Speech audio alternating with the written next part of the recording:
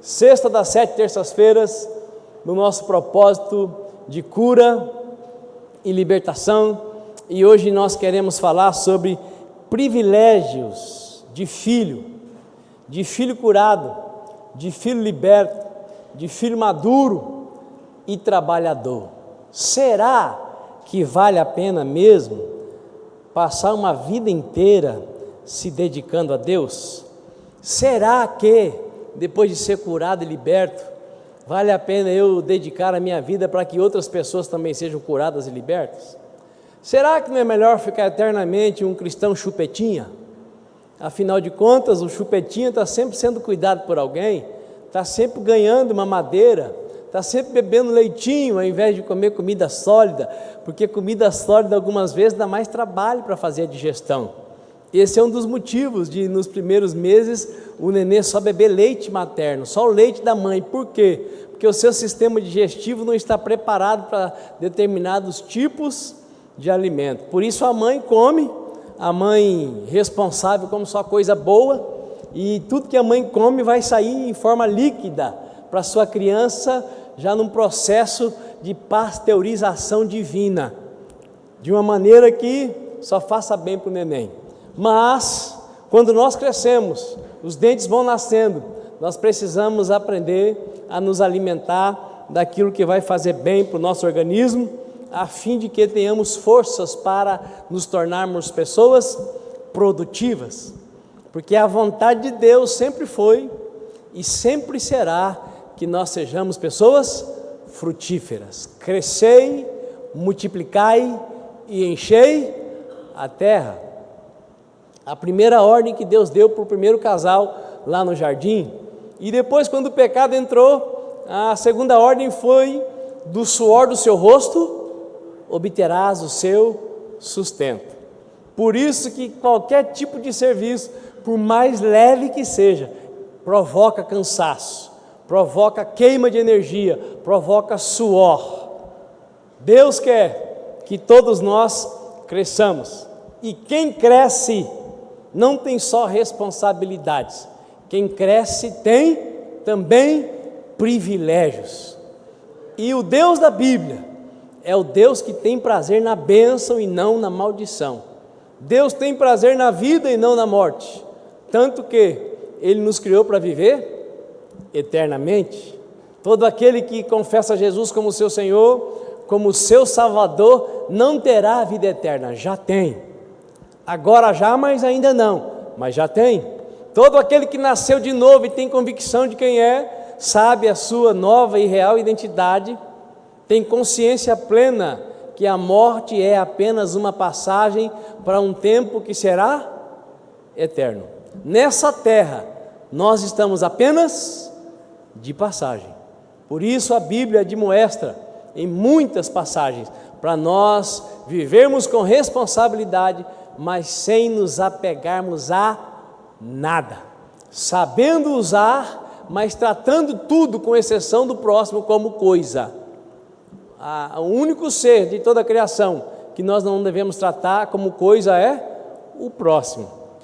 Ama o teu próximo como você ama a você mesmo. Privilégios do filho, ou privilégios de filho, de filha, curado, liberto, maduro e trabalhador. Abra sua Bíblia junto comigo, no primeiro livro dos Reis, de Reis, capítulo 19.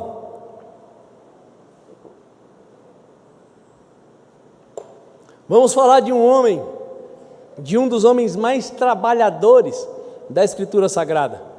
Aliás, no Novo Testamento, quando se fala dele, diz que ele era sujeito às mesmas fraquezas que cada um de nós, mas ele orou com instância, ele orou com convicção, ele orou com fé, e por 3 anos não choveu, e ele orou de novo e a chuva caiu do céu. Muito pode a súplica do justo em seus efeitos. A pessoa sobre a qual se fundamenta essa verdade é o nosso irmão que foi arrebatado, não viu a morte, Elias. 1 Reis, capítulo 19, versículo 8 diz: Então Ele se levantou, comeu e bebeu, fortalecido com aquele alimento, viajou 40 dias e 40 noites, até chegar ao Sinai, em Horebe, o monte de Deus. Ali entrou numa caverna e passou a noite. Então Elias ouviu a voz do Senhor, que lhe questionou nestes termos: que fazes aqui, Elias? Ao que ele respondeu: sinto minhas entranhas serem consumidas por causa do ardente zelo que tenho por Yahvé, o Senhor Deus dos exércitos. Porquanto os israelitas abandonaram a tua aliança, destruíram os teus altares e mataram os teus profetas ao fio de espada, e fiquei solitário, restou somente eu, e agora procuram também tirar minha vida. Diante destas palavras, Deus lhe disse: sai deste lugar, sai dessa caverna, sai desse buraco, e vá ficar diante de mim no alto do monte. Então o Senhor passou por ali e mandou um vento muito forte, que fendeu os morros e partiu as rochas em pedaços. Contudo, Yahvé não estava no vento. Quando o vento aferreceu e parou de soprar, ocorreu um forte terremoto, porém o Senhor não estava no tremor das terras. Em seguida, o terremoto caiu um fogo, mas o Senhor também não estava no fogo. E depois do fogo, veio um sussurro de brisa suave e tranquila. Assim que Elias percebeu aquele murmúrio, puxou sua capa para proteger o rosto, saiu e postou-se à entrada da caverna. E uma voz lhe indagou: que fazes aqui, Elias? Ao que respondeu ele: sinto minhas entranhas serem consumidas por causa do ardente zelo que tenho por Yahvé, o Senhor Deus dos exércitos. Porquanto os israelitas abandonaram a tua aliança, destruíram os teus altares e mataram os teus profetas ao fio de espada, e fiquei solitário, restou somente eu, e agora procuram também tirar minha vida. Então o Senhor Deus lhe orientou: vai, retoma por onde vieste para o deserto de Damasco. Quando chegares lá, ungirás a Hazael como rei da Síria, e a Jeú, filho de Nimsi, ungirás rei de Israel, e a Eliseu, filho de Safate, da cidade de Avel Meolá, ungirás para ser profeta em teu lugar. Olhe para cá, por favor. Experiência tremenda.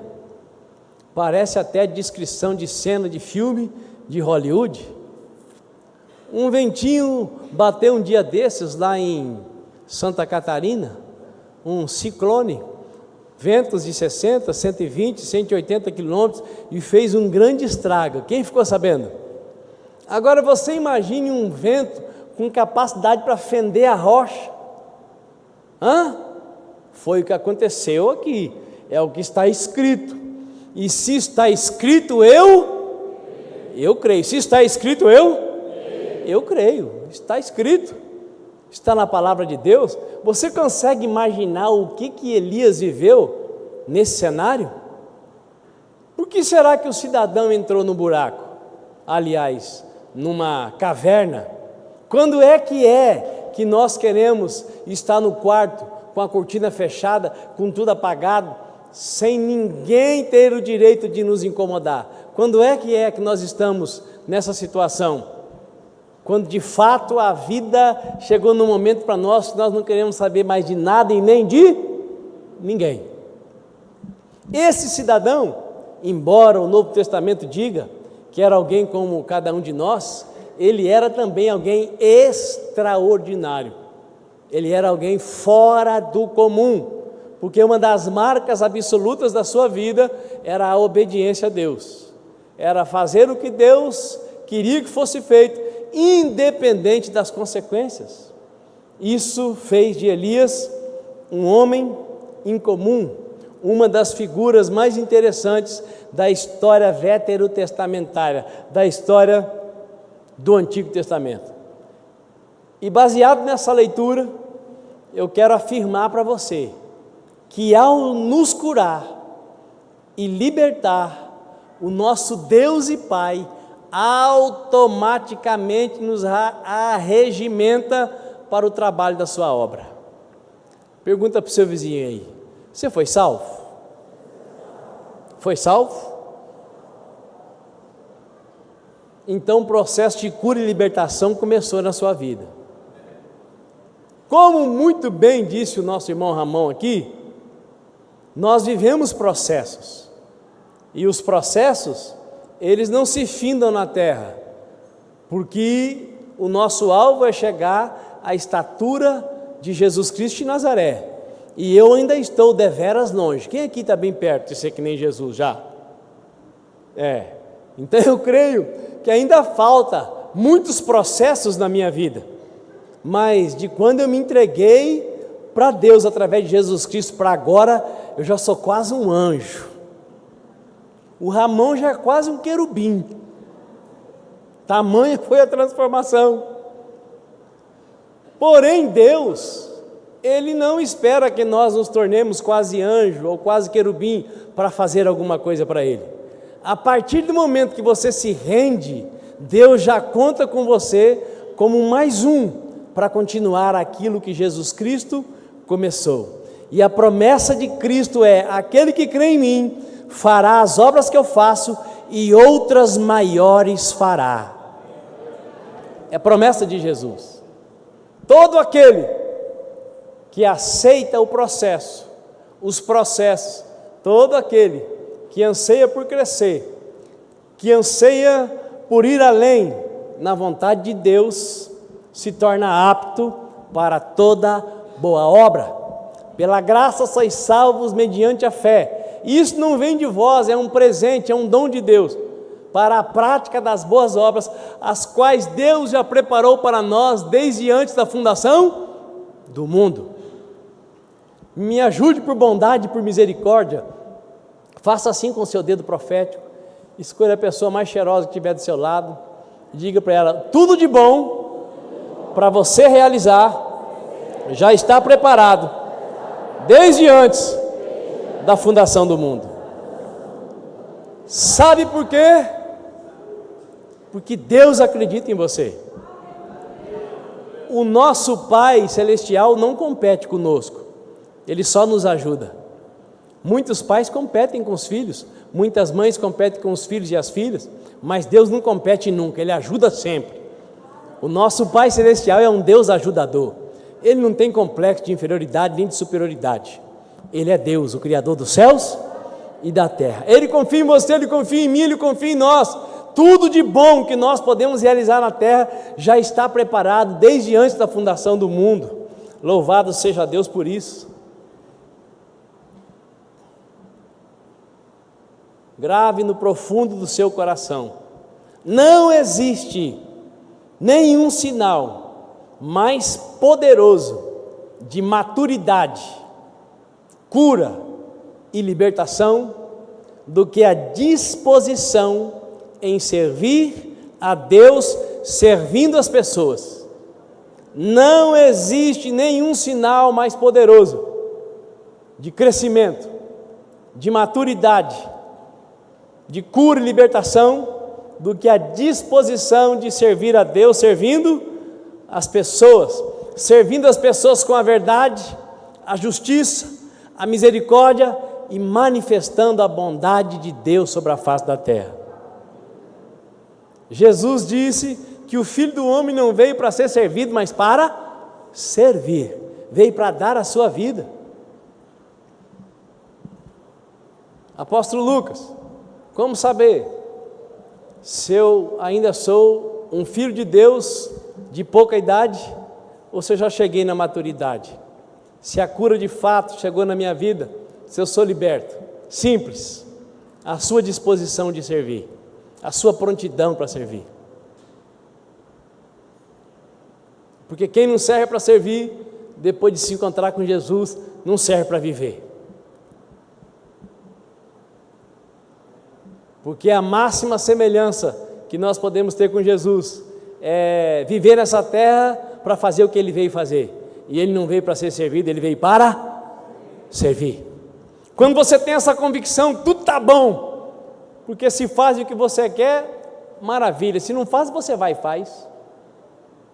Se não estão fazendo para você o que você gostaria que fizesse, não tem problema, você faz para os outros, porque você é maduro, você é curado, você é liberto. Você é um resolvedor de problema e não um causador. Característica de filho do Pai Todo-Poderoso, o Criador dos céus e da terra. Era exatamente assim que Elias vivia. Era exatamente assim que Elias vivia.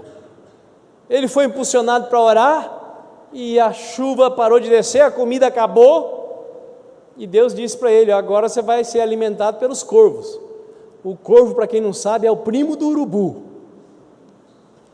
E levava para ele um pedaço de carne e um pedaço de pão. Não tem uma passagem na Bíblia que diga que Elias falou: pai, por que o senhor não mandou uma pomba? Tinha que ser um primo do urubu?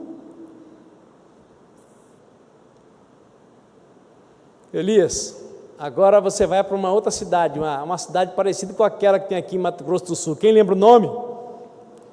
Deixa para lá, deixa para lá.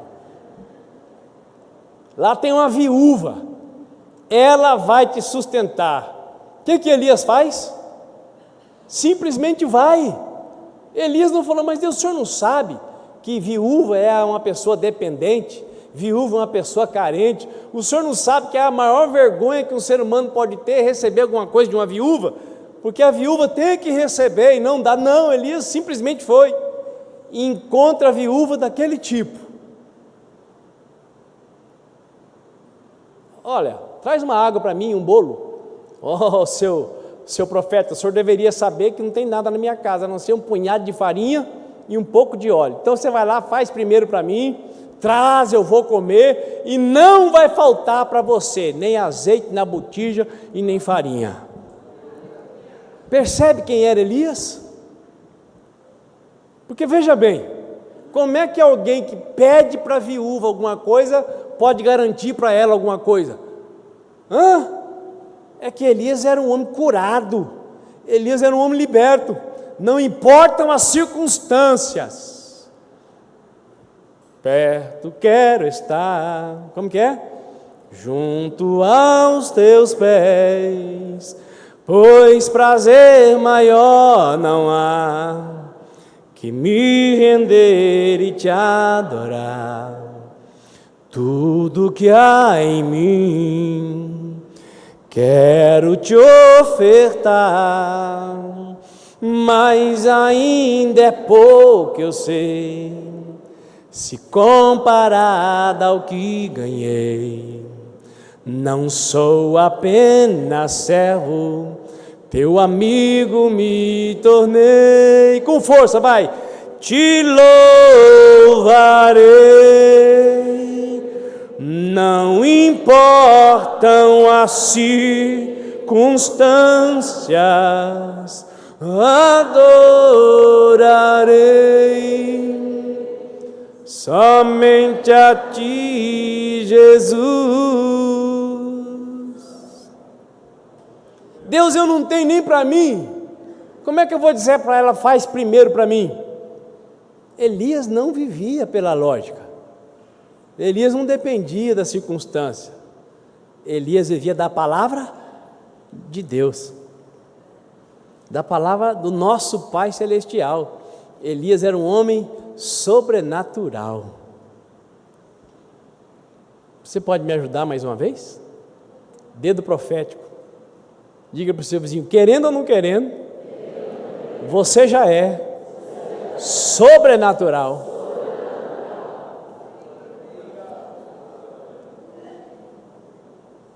Elias dedicou todas as forças que tinha na tentativa de libertar o povo de Israel da idolatria e, consequentemente, do afastamento de Deus.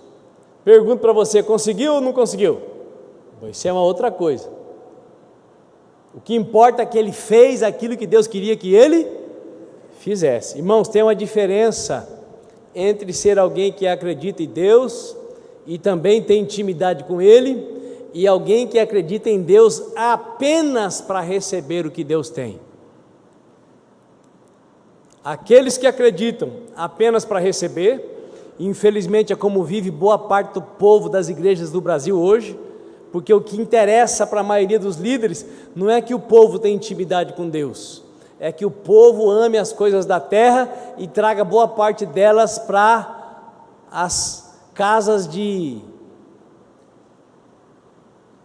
rapelação. Quem está me entendendo? Como você vive não importa, o que importa é que a moeda entre no gasofilácio, e isso não é o que Deus pensa.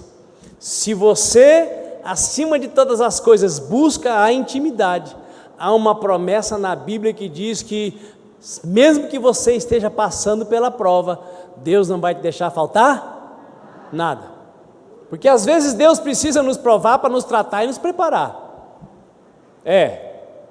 mas quando você busca intimidade, nem que seja o bolo feito pela viúva, vai chegar na sua mão.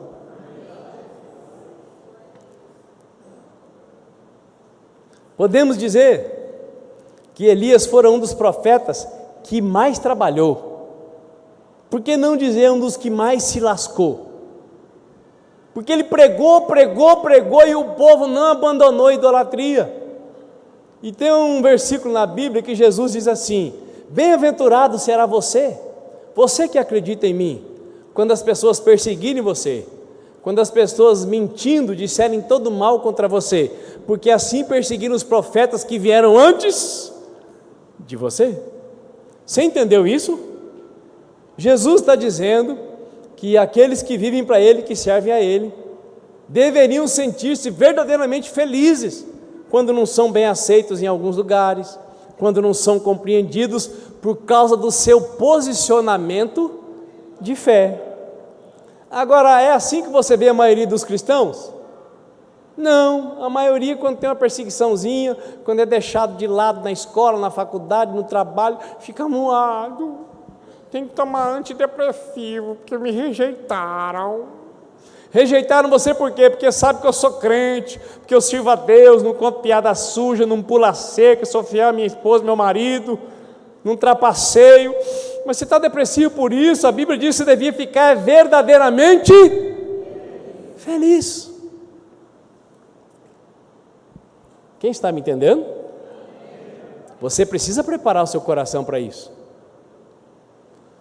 Como foi dito aqui, o que está acontecendo lá em Israel é terrível, desastroso, e provoca dentro da gente uma tristeza profunda, mas ao mesmo tempo um alerta e uma alegria estranha, porque está se cumprindo a Escritura, e a qualquer momento a trombeta vai soar e os loucos por Jesus não estarão mais aqui.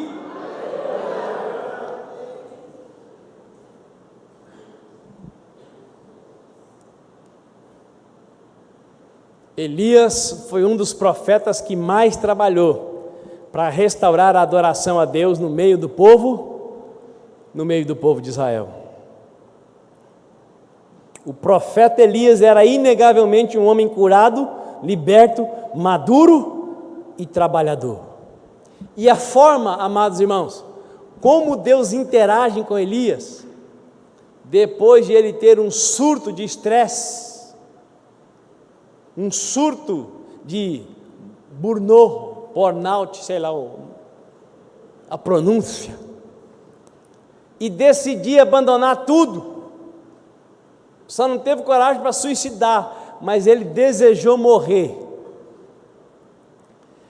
Essa interação entre Deus e Elias, mesmo depois de ele ficar estressado, chutar o balde, sair falando sei lá o que, e dizendo que não queria mais saber de nada, o que ele queria era morrer, deveria abrir todos os canais da sua mente, da sua alma, de todo o teu ser, a fim de que você se abra completamente para usufruir do poder curativo e libertador do nosso Pai Celestial. A maneira como Deus tratou Elias deveria mexer tanto com você, de forma que nada te faça duvidar que o prazer de Deus é nos fazer o bem. O texto sagrado que nós lemos relata que Elias fez uma refeição especial. Como que nós chegamos a essa conclusão que essa refeição era especial? Depois dessa refeição ele caminhou 40 dias e 40 noites. Quem é que consegue, com uma refeição, caminhar 40 dias seguidos e 40 noites seguidas? Ele comeu e bebeu e caminhou 40 dias e 40 noites. Quem serviu a refeição para o Elias? 1 Reis 19:7 diz assim: o anjo do Senhor veio pela segunda vez, tocou e lhe recomendou: levanta e come, porque a viagem será muito longa. Irmãos, Elias estava no deserto, 45, 50 graus, dormindo debaixo de um pé de árvore. Como é que uma criatura consegue dormir em um calor escaldante no deserto? Como? Para você ver o estado da alma dessa criatura. Um anjo vem, acorda o cidadão, e o anjo já traz ali uma pedra quente, assando um pão e mais alguma coisinha, uma jarra d'água. O abençoado comeu e dormiu de novo. O anjo voltou, tocou nele: acorda, querido, acorda e come de novo. Come de novo, porque a viagem que você vai fazer é longa, 40 dias e 40 noites. Nosso Deus, irmãos, o teu Deus, o nosso Pai, Ele não tem problema de memória. E além de tudo, Deus tem prazer em recompensar os seus fiéis. Uma das coisas que está acontecendo nos nossos dias com muita gente é: eu cansei de igreja, cansei de servir, cansei de trabalhar, cansei disso, cansei daquilo. Imagina se Deus acorda, não, Deus não dorme, mas imagina se qualquer dia desses dá na telha do Todo-Poderoso: hoje eu estou cansado, hoje eu não vou liberar oxigênio para aquela turma lá da terra, hoje eu vou sapecar com salmoura todo mundo que reclama. Quem ia escapar aqui?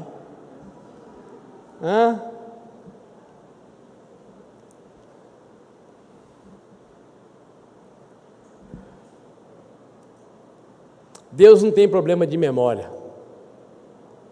Nunca você deixará de ser recompensado por aceitar nascer de Deus, crescer em Deus e se tornar alguém curado e liberto, pronto para servir a Deus, servindo as pessoas. Nunca. Seu patrão, o governo, as forças armadas podem até te liberar e nunca mais querer olhar para a sua cara, mas Deus não. Para Deus Ele vai sempre estar conosco, sempre vai querer contar conosco, sempre vai ter mais uma missão para você. Você pode levantar a mão e dar uma glória a Deus?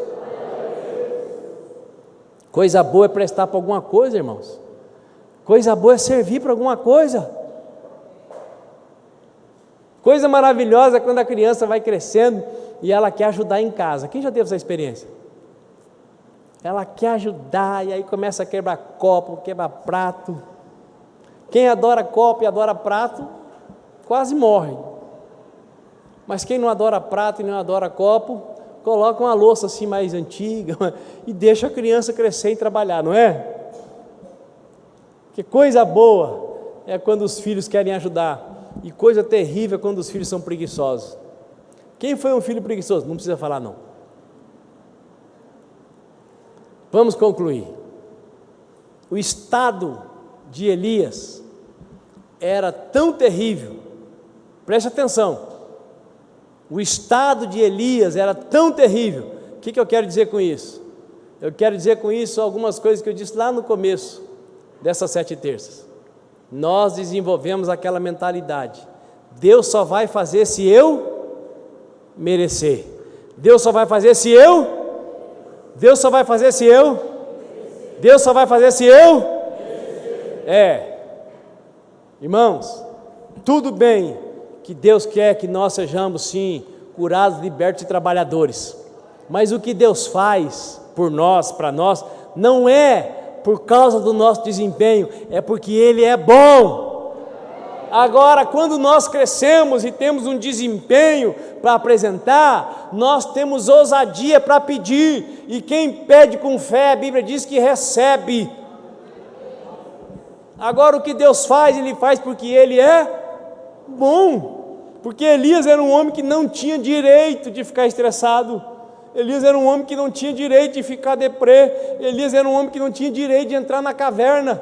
O sujeito viveu o sobrenatural de modo inexplicável e assombrosamente maravilhoso. Então, se fosse por merecer, o único ser humano que receberia alguma coisa de Deus, quem era? Jesus de Nazaré. O estado de Elias era tão terrível, que para alcançar seu coração, Deus se propôs a realizar um show pirotécnico. Deus sabia que aquele filho, que aquele servo ficara tão mal, que algo normal não mexeria com ele. Elias estava acostumado a falar com Deus, Elias ouvia a voz de Deus, Elias fez fogo cair do céu, Elias era habituado com o sobrenatural, então não era qualquer coisinha que ia tirar o Elias daquele estado. E eu quero ler com você o que Deus provocou por amor à vida do Elias. Antes de ler, escolha alguém, pergunta para a pessoa: você acha que você vale mais que Elias ou menos? Pergunta aí. Você vale mais ou vale menos?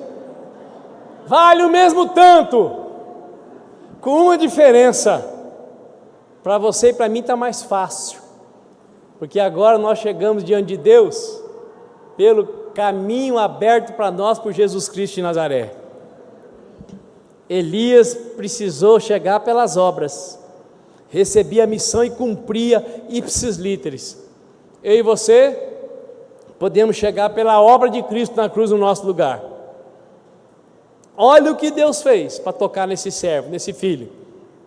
Diante dessas palavras, Deus lhe disse: sai desse lugar e vai ficar diante de mim no alto do monte. Então o Senhor passou por ali e mandou um vento muito forte. Olha o vento.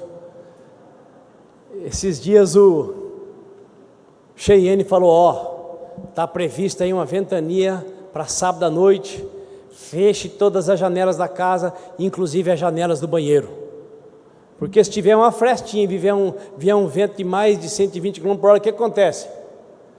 Arrebenta tudo. Agora esse ventinho de 120, 180 é capaz de fender rocha?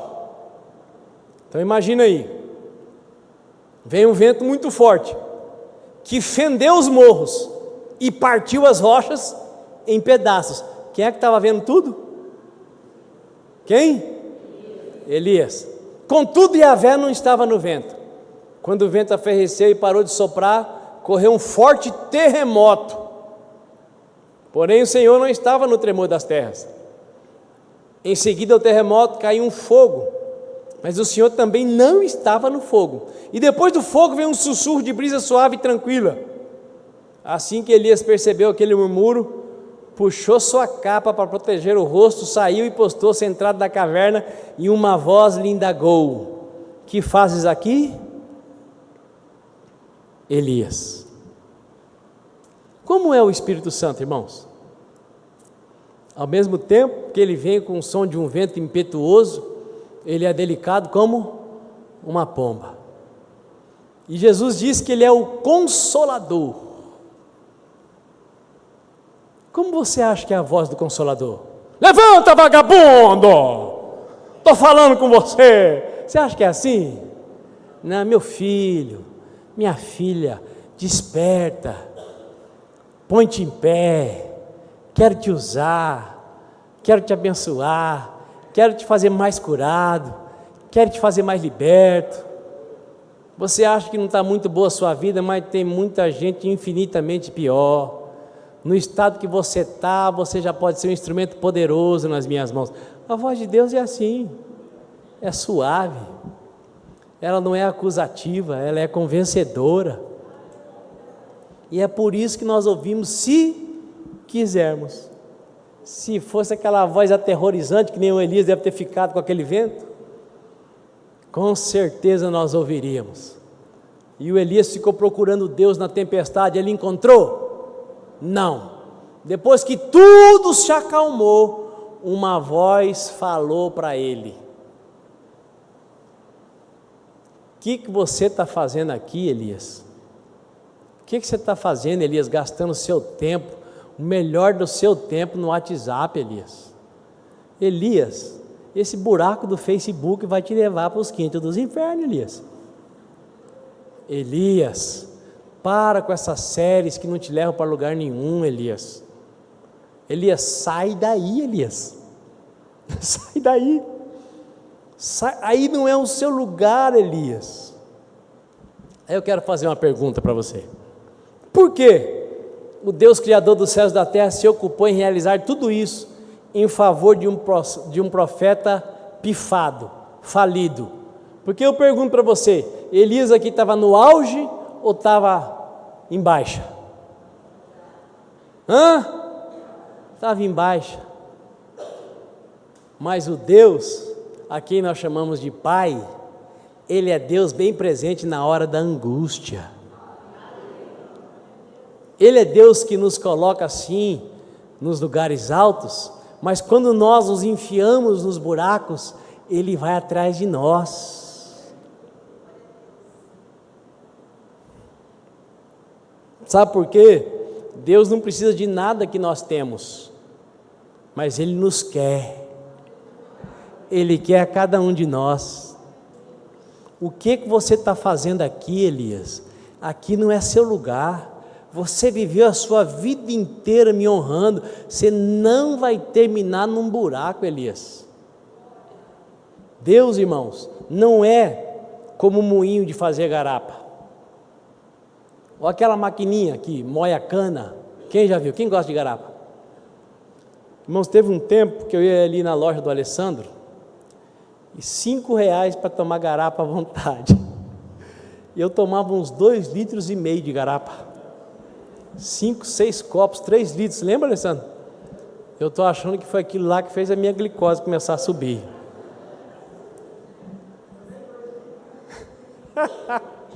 Depois nós íamos lá para a loja e eu fazia uns 50, 60 apoio para melhorar, porque ficava assim.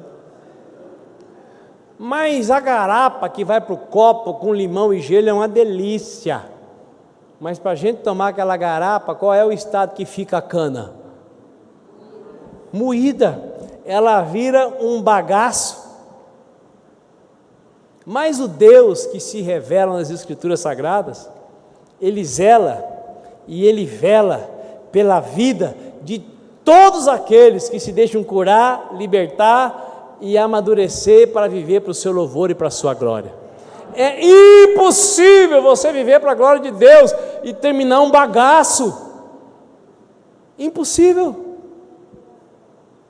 Porque o nosso Deus, Ele trabalha muito mais por nós do que nós trabalhamos por Ele. Posso ouvir um aleluia? O que você está fazendo aí, Elias? E aí o Senhor disse assim para ele: preste muita atenção, porque essa palavra é para você também. Vai, retorna por onde viestes para o deserto de Damasco. Quando chegares lá, ungirás a Hazael como rei da Síria, Jeú, filho de Nissi, rei de Israel, e a Eliseu, filho de Safate, da cidade de Abel-Meolá, ungirás para ser profeta em teu lugar. Quem escapar à espada de Hazael, Jeú matará, e quem fugir da espada de Jeú, Eliseu o matará. Escute, Deus curou Elias e o comissionou para ungir 2 reis e um profeta para continuar aquilo que Elias estava fazendo. Se você decidir ser obediente, se você decidir de todo o seu coração, o esposo obedecer a palavra e tratar a esposa como a Bíblia diz, a esposa obedecer a palavra e tratar o esposo como a Bíblia diz, cada um de nós tratarmos uns aos outros como a Bíblia diz, se nós tomarmos essa decisão, Deus vai tomar as nossas vidas de tal maneira, que aquilo que nós poderemos realizar, precisa de 3, 4, 5, 6 pessoas para fazer a mesma coisa. O que o Senhor fez com Elias aqui? Ele disse: Elias, aquilo que você está fazendo há tanto tempo, tem que ter 3 pessoas para fazer a mesma coisa, tem que ter 2 reis e 1 profeta. Elias, você é valioso, você é precioso, mesmo você estando se sentindo um fracassado, mesmo você estando pedindo a morte, mesmo você estando doente do jeito que você estava, você é precioso. E é o que Deus está dizendo para você e para mim hoje, que nós somos preciosos. Só que Ele não vai vir com voz de trombeta, Ele vem com voz suave, e nós damos crédito se nós quisermos, porque Deus é assim, Deus é amor, Deus é respeitador. Como disse o Ramon aqui, Ele não força, Ele ensina, Ele convida, Ele admoesta, e somos nós quem tomamos a decisão. E eu quero concluir dizendo: hoje é noite de milagres, hoje é noite de milagres, hoje é noite de milagres. E a maioria de nós que estamos aqui, já andamos na presença de Deus há algum tempo. Quem sabe alguns estão chegando aí na crise do Elias, estão na crise do Elias, estão saindo da crise do Elias. Já andamos com Deus há algum tempo, porque Elias disse: fiquei só eu, ninguém mais. E o Senhor disse: não, Elias, tem mais 7.000 que não dobraram seus joelhos diante dos ídolos. Fique tranquilo, Elias, não é só você. E eu digo para você, meu irmão, se fosse pelo desempenho irreparável de Elias, Deus teria feito tudo o que fez por ele? Por aquele momento da vida dele? Não. Mas Deus age por um momento? Não, Deus age pelo chamado, pela história que Ele está construindo na vida de cada um de nós. Mas, apóstolo Lucas, eu estou começando, mas você já começa debaixo daquela parábola que Jesus contou. O que foi chamado para trabalhar desde manhã, ganhou a mesma coisa daquele que foi chamado para trabalhar quando já estava acabando o expediente. Porque o que Deus faz, Ele faz principalmente por causa do sacrifício de Jesus Cristo na cruz do Calvário. Ou seja, você que é novo, você também tem direito de receber. Mas você que é já trabalhador antigo, abra sua mente para crer de todo o seu coração que Deus é recompensador dos seus fiéis, e que Deus tem prazer em nos abençoar de modo que nós reconheçamos que é por causa da bondade dEle e não por causa do nosso merecimento. Eu quero chamar os pastores que estavam lá na sala de reunião a virem à frente. Renata, eu quero desafiar você nessa noite a, quando sair do seu lugar, sair confiando apenas na bondade. Repita comigo: sair confiando apenas na bondade de Deus. Então não se prenda à sua história, ao seu histórico, não se prenda à sua última murmuração, não se prenda ao seu desempenho, porque Elias estava indo super bem, e quando ele pifou, foi exatamente quando Deus mais manifestou a sua glória sobre ele. Quem me entendeu, levanta a mão para o céu e dá uma glória a Deus. Quando a maioria o deixaria de lado, os melhores patrões o deixariam de lado, os homens mais usados da terra o deixaria de lado, Deus foi lá e fez por ele o que ele jamais imaginou que Deus fosse fazer. Eu não sei qual é a cura que você está precisando receber. O que eu sei é que se você vier com fé, você vai receber. Então hoje não é dia de confessar pecado, nós já fizemos isso. Hoje não é dia de um longo discurso aqui na frente. Hoje é dia de você chegar e falar: eu quero ser curado disso, eu quero ser liberto disso, a minha língua é muito grande, eu falo mal dos outros, eu não consigo vencer a pornografia, eu quero ser liberto da pornografia. Fale, coloque para fora, e você vai receber a oração e vai receber o poder, e Deus vai entregar para você aquilo que você precisa. Você só vai precisar ter a humildade de pedir. Posso ouvir um amém? Amém. Venha receber cura, libertação, unção fresca, renovo, simplesmente porque o nosso Pai é bom. Não importa, como eu já disse, qual seja a cura, a libertação que você precisa, ou não importa quanto tempo você está congregando, simplesmente vem e receba pela fé, em nome de Jesus de Nazaré. Fique de pé, por favor.